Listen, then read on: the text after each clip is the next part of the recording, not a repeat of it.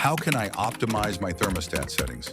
In winter, set it to 68 degrees Fahrenheit when you're home and lower it when you're away or sleeping. In summer, aim for 78 degrees Fahrenheit to keep cool without overworking your system. Use a programmable or smart thermostat to adjust temperatures automatically. Also, don't forget to keep your thermostat away from heat sources like sunlight or appliances for accurate readings. Small adjustments can lead to big savings on your energy bills. Stay comfortable and efficient all year round.